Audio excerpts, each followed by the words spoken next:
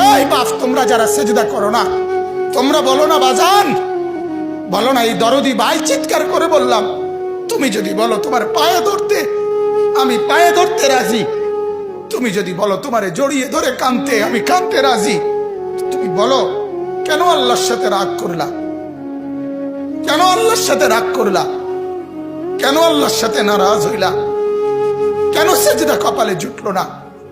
কেন মালিকের সাথে সারাদিনের এত কিছুর বিনিময়ে আল্লাহ তাআলা একটা মিস কল দিলে, 2 সেকেন্ডের একটা মিস কল দিলে বন্ধু তুমি টের পাও তোমার মোবাইলে মিস কল আসছে, এত বড় মসজিদে 6টা মাইকের হরন দিয়া আল্লাহু আকবার বলে তোমারে ডাক দেয়, তোমার একটাবারও কানে লাগে না, বিবেকে লাগে না।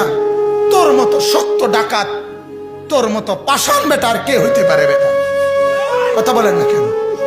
তুই ডাকাত, কত বড় ডাকাত!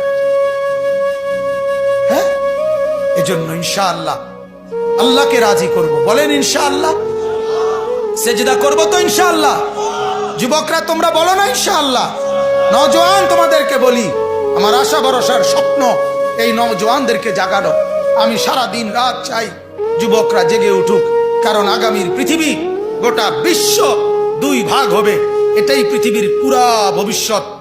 এক ভাগ পুরাপুরি দাজ্জালের অনুসারী কাফের, আরেক ভাগ মাহাদির অনুসারী ইমানদার। এই 2 ভাগে পৃথিবী অচিরেই বিভক্ত হয়ে যাবে। তুমি যদি মাহাদির পক্ষে থাকতে না পারো, তুমি যদি দাজ্জালের ধোকায় পড়ে যাও, আল্লাহর কসম ঈমান নিয়ে কবরে যাইতে পারবা না। অতএব আমি তোমার ঈমান চাই, আমি যুবকের ঈমান চাই, আমি যুবকের আখিরাত চাই। আল্লাহ তাআলা আমাদের প্রত্যেককে ঈমান আমলের দৌলত দান করেন, কবুল করেন।